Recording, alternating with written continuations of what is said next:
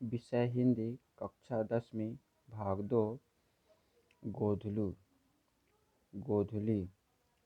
गोधली का अर्थ गो प्लस धूल, गो गाय, धूल धूल। गोधली का शाब्दिक अर्थ हुआ गो, गायों के पैर से उठने वाले धूल। जब संध्या के समय गौ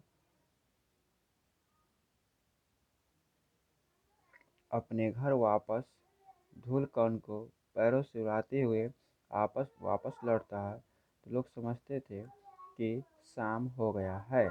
इस समय को गोधलू कहा जाता है, यानी संध्या का समय।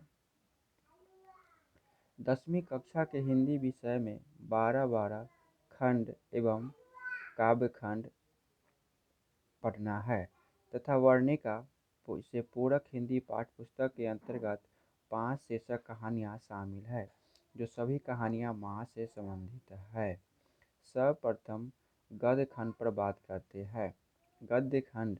गद्य ग, द्य और ध के योग से मिलकर बना है, जिसका अर्थ कहानी होता है, और खंड भाग टुकड़ा, यानी गद्य खंड के अंतर्गत कहानी, उपन्यास, निबंध, साक्षात्कार, व्यक्ति चित्रण इत्यादि आते हैं तथा काव्य खंड के अंतर्गत काव्य यानी कविता प्लस खंड यानी भाग टुकड़ा।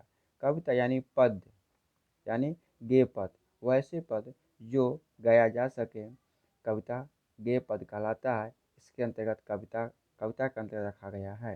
काव्य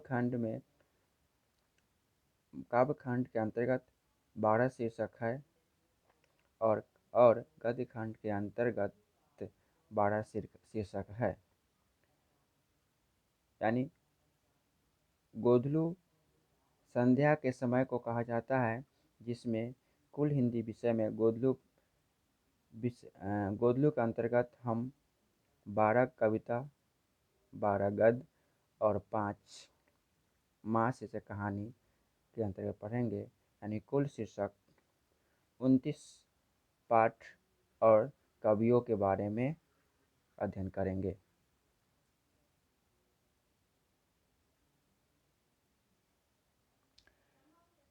गद्य खंड के अंतर्गत भीमराव अंबेडकर का है श्रम विभाजन और जाति प्रथा निबंध है।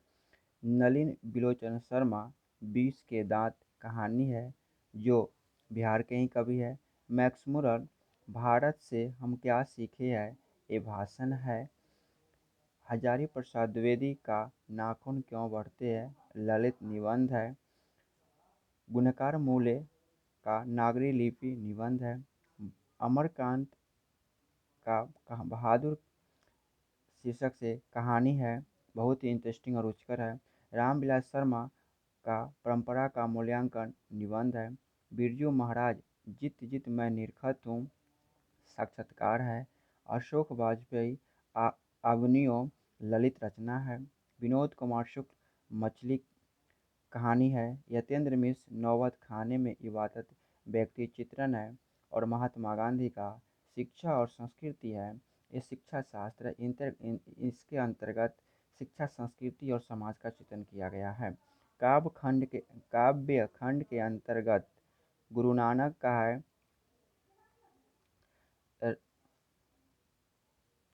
राम बिनु बिरथे जगी जन्मा, जो नर दुख में दुख नहीं मानै।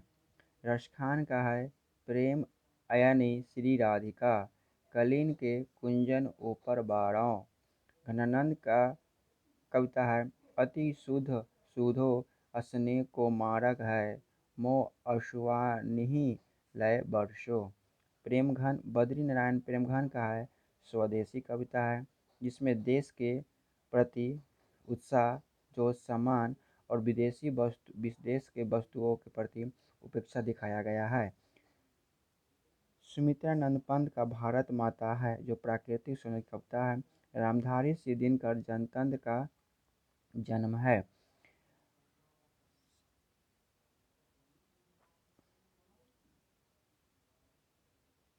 अज्ञ की कविता हिरोशिमा है। मनुष्य मनुष्य होने का और मनुष्य विरोधी का चित्रण किया गया है।